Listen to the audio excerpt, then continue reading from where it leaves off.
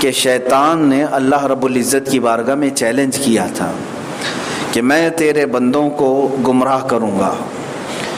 3 باتیں اس کی طرف سے ہوئی تھی. ایک یہ کہ ان کو راستے سے ہٹا دوں گا، دوسرے یہ کہ ان کو لمبی آرزوؤں میں ڈال کے رکھوں گا. لمبی آرزوئیں مطلب سمجھ گئے، اس سے قبل اس کی تفسیر ہو چکی. لمبی امیدوں میں رکھے گا، بندہ سوچتا رہے گا اب توبہ کروں گا تب توبہ کروں گا، اب راستے پر آ جاؤں گا تب راستے پر آ جاؤں گا. اس امید پر لگا کر شیطان پوری زندگی بھر کھیلتا رہے گا. تیسری بات اس نے جو کہی تھی اللہ کی بارگاہ میں وہ یہ ہے کہ میں تیرے بندوں کو حکم دوں گا وہ تیری بنائی ہوئی شکلوں کو بگاڑ دیں گے. یہ شیطان کا یہ ایک چیلنج تھا اللہ کی بارگاہ میں کہ میں تیرے بندوں کو ایسے راستے پر لے آؤں گا کہ وہ تیری بنائی ہوئی شکلیں بگاڑ دیں گے، تغییر کر دیں گے، تبدیل کر دیں گے. پھر اللہ رب العزت نے ارشاد فرمایا تو جو شیطان کو اپنا دوست بنا لیا یا پھر اس کے ان 3 بہکاووں میں آ گیا، اللہ فرماتا ہے وہ بہت بڑا گھاٹا اٹھانے والا ہے، بہت بڑے نقصان میں پڑنے والا ہے. کیونکہ شیطان تمہیں وعدے کرتا ہے، امیدیں دلاتا ہے، لیکن اس کے سارے وعدے جھوٹے ہوتے ہیں. وہ کچھ نہیں کر سکے گا تمہارے ساتھ. بڑے بڑے وعدے تمہارے ساتھ کرے گا لیکن وہ تمہیں کچھ نہیں دے سکے گا.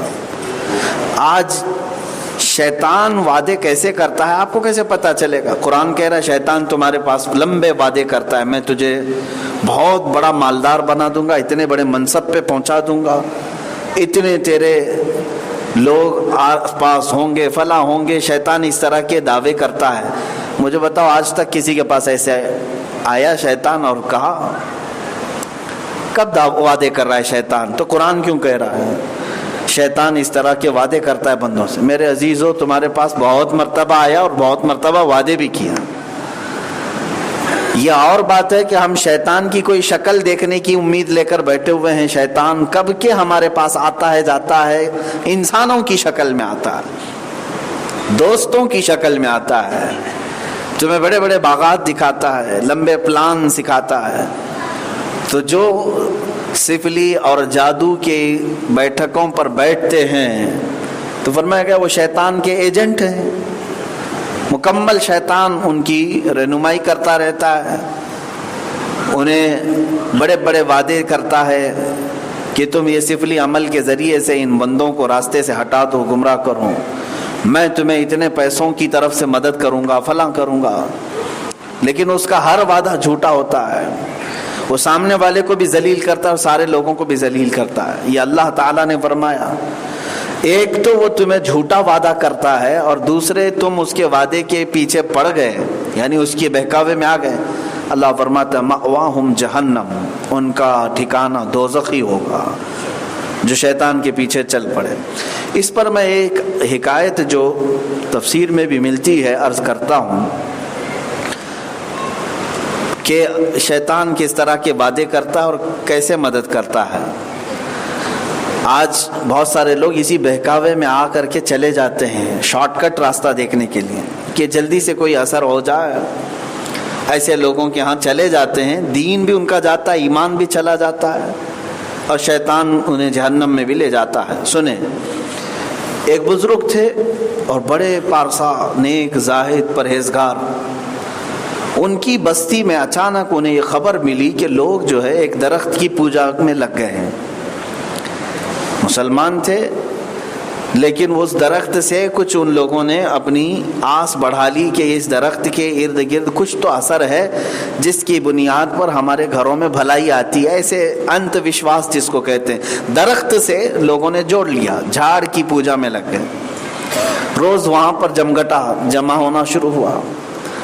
تو کسی نے اس بزرگ سے کہا کہ لوگ تو بہک رہے ہیں، گمراہ ہو رہے ہیں، سب اس جھاڑ کے پاس جا رہے ہیں اور ان کو فائدہ بھی ہو رہا ہے. کوئی بچوں کے لے کر کے جا رہا ہے، بیمار صحیح ہو کے آ رہے ہیں. تو اس درخت کی تو آج ویلیو بڑھ گئی ہے، لوگوں کا جمع غفیر اس طرف جا رہا ہے. تو اس بزرگ نے مصلے پر بیٹھ کر کی قسم کھا لی، اللہ کی قسم میں اس درخت کو جڑ سے نکال آؤں گا. کلہاڑی لیا اور نکل پڑے. اور آپ کی بات ٹالنے کی کسی بستی والے میں ہمت بھی نہیں تھی. آپ کا اثر و رسوخ بھی تھا. آپ اکیلے چل پڑے. راستے میں ایک شخص آیا. اس نے کہا کہ کہاں چلے آپ؟ اس بزرگ نے فرمایا لوگ شرک و بت پرستی میں چلے گئے، ہمارے درخت کی پوجا میں لگ گئے ہیں، میں اس درخت کو ہی جڑ سے نکالنے جا رہا ہوں. کہا کیوں؟ کہا اس لیے کہ یہاں پر عبادت ہوگی تو صرف اللہ کی ہوگی، سجدے میں سر جھکے گا تو صرف اللہ کی بارگاہ میں یہ برداشت نہیں کروں گا. تو اس شخص نے کہا جانے دیجئے، چھوڑ دیجئے، آپ اپنا اللہ اللہ کرتے رہیے، ان لوگوں کو کرنے دیجئے. یہ جلال میں آ گئے. اس کو ایک گھونسا لگا دیا کہ تو مجھے اس طرح سے کیسے روک سکتا ہے. تو سامنے والا بھی لڑنے پر آ گیا. لڑنے لگ گئے دونوں. اس بزرگ کی اور اس آنے والے اجنبی شخص کی لڑائی اتنی زوردار ہو گئی کہ دونوں گتھم گتھا ہوئے.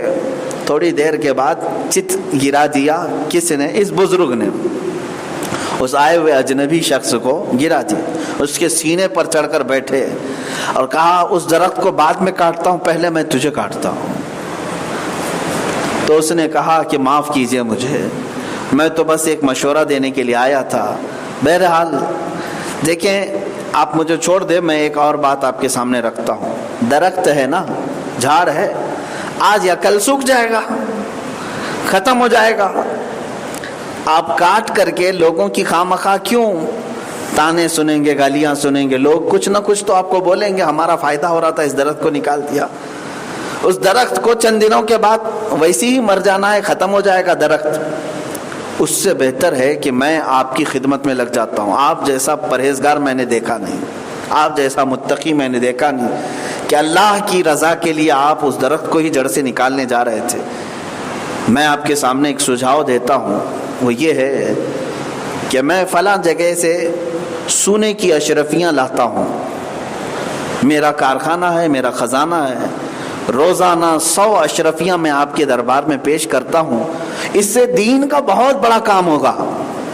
آپ فقراء مساکین جو درخت کے پاس جا رہے ہیں ان کو بھی بانٹیں. آپ بڑا کچھ آپ دین کا کام شروع کریں، مسجد بنائیں فلاں. اس بزرگ کو یہ سجھاؤ اچھا لگا. انہوں نے کہا ٹھیک ہے، اچھی بات ہے. واپس چلے آئے ہیں. تو وہ اجنبی شخص دوسرے دن آیا اور 100 اشرفیوں کی تھیلی بھر کر لے آیا اور ہدیتاً پیش کیا. آپ نے اسے قبول کیا. دوسرے دن پھر وہ آیا، پھر 100 اشرفیاں لے آیا اور اس نے یہ وعدہ کیا تھا کہ میں روزانہ 100 اشرفیاں آپ کے پاس رکھوں گا، آپ بہت بڑا کام کر سکیں. تیسرے دن وہ آیا نہیں، غائب ہو گیا. چوتھے دن بھی نہیں آیا. تو آپ کو لگا کہ یہ چکمہ دے کے چلا گیا 2 دن دے کر کے. پھر آپ کلاڑی اٹھائے اور چل پڑے. اس درخت کو جڑ سے نکالنا تھا، کاٹ کر ختم کرنا تھا. بیچ راستے میں پہنچے تو پھر وہ اجنبی شخص آ گیا دوڑتے ہوئے. کہا کہاں چلے بابا؟ کہا اس درخت کو جڑ سے نکالنے جا رہا ہوں. نہ چھوڑ دیجئے. آپ کو میں نے تو 4 دن پہلے بھی کہا تھا کہ لوگوں کو اپنا کام کرنے دیجئے، آپ اپنا کام کریں. پھر انہوں نے لڑائی شروع کر دی. لڑائی شروع کیا ہوئی، 2 منٹ نہیں گزرے تھے کہ اس اجنبی نے اس بزرگ کو پٹک دیا اور ان کے سینے پہ چڑھ کے بیٹھ گیا. کہا کہ تم مجھ سے اب نہیں بچ سکو گے. اس بزرگ کو رونا آ گیا. کہا کہ میری طاقت اتنی کمزور ہو گئی، لیکن چند دن پہلے 4 دن پہلے میں تجھے گرا دیا تھا، آج تو مجھے گرا کر میرے سینے پر بیٹھ گیا ہے، کیا بات ہے؟ تو اس نے کہا اگر درخت نہیں کاٹو گے تو بولتا ہوں. کہا چھوڑ، مجھے درخت سے کیا ہے. وہ اٹھ گئے اور اس نے کہا میں ابلیس ہوں، میں شیطان ہوں. میں ایک انسان کی شکل میں تمہیں سجھاؤ دینے کے لیے آیا، مشورہ دینے کے لیے. تم نہیں مانے تو لڑائی کیا، لیکن پہلے تمہاری طاقت بہت تھی کیونکہ تمہارے اندر اخلاص تھا. تم صرف اللہ کے لیے جا رہے تھے. پہلی مرتبہ جو جا رہے تھے صرف اللہ کے لیے جا رہے تھے، درخت کو کاٹنا ہے، شرک نہ ہو، کفر نہ ہو. لیکن اب کی بار جو جا رہے ہو اشرفیوں کی تھیلی کے لیے جا رہے ہو. 100 اشرفیاں چاہیے تھی، نہیں ملی تو تم نکل پڑے. تو پہلے جو اخلاص کی طاقت تھی وہ مجھے مات دے دیا. اب جو ہے اشرفیوں کی طاقت یہ میرے اوپر نہیں سوار ہو سکتی، میں تم پر سوار ہوتا ہوں. یہ ابلیس شیطان مردود نے یہ جو بات کہی، اس کے بعد انہوں نے پوری امت کو یہ درس دیا اس بزرگ نے کہ لوگوں، یہ جو راستہ ہے شیطان کا، اس میں وہ وعدے بھی کرتا ہے، پیسے بھی پہنچاتا ہے، لیکن شارٹ ٹائم کے لیے، بہت لمیٹڈ پیریڈ کے لیے، اور جب تم خوب گمراہ ہو جاؤ، تمہاری طاقت ختم ہو جائے تو تمہیں بیچ راستے میں چھوڑ کر چلا جاتا ہے، تمہاری برسوں کی تقوی اور طہارت سے کمائی ہوئی طاقت بھی ختم کر دیتا ہے۔ اس بزرگ نے فرمایا کہ 4 دن پہلے میں لڑائی کر کے شیطان کو جو چت گرا دیا تھا، پھر زندگی بھر مجھے ویسی طاقت کبھی نہیں آئی۔ کیوں؟ صرف 2 دن اس نے اشرفیوں کی لالچ میں میری ساری طاقت کو ختم کر دیا تھا۔ یہ ہے میرے عزیزو، قرآن میں بھی اللہ نے فرمایا یعدہم ویمنیہم، وہ تمہیں وعدے کرتا ہے اور لمبی امیدیں دیتا ہے، وما یعدہم الشیطان الا غرورا، اور اللہ فرماتا ہے اس کا ہر وعدہ دھوکا ہے، دھوکا دیتا ہے، جھوٹ بولتا ہے۔ تمہیں کہے گا کہ میں تمہارا اتنا بڑا کام کرا دوں گا، تو یہاں بیچ راستے میں وہ چھوڑ کر کے لوگوں کو گمراہ کر کے چلا جاتا ہے۔ آج بھی ایسے لوگ ہیں، بہت سارے ہیں۔ میں کئی مرتبہ اس سے قبل بھی کہا، انسان کو اس کی لالچ اور اس کی ہوس اور اس کی حرص ایمان سے بھی دور کر دیتی ہے، بسا اوقات کفر کے راستے پر لے جاتی ہے۔ اگر یہ حرص اور ہوس زیادہ ہو گئی تو اسے کفر کے راستے پر بھی لے جاتی۔ کتنے ایسے ہیں جو اللہ اس کے رسول کا نام لینے والے ہیں، لیکن کفر و شرک اگر انہیں کرنا پڑ جائے چند سونے کے ٹکڑوں کے لیے تو کر جاتے ہیں، چلے جاتے ہیں، معاذ اللہ رب العالمین۔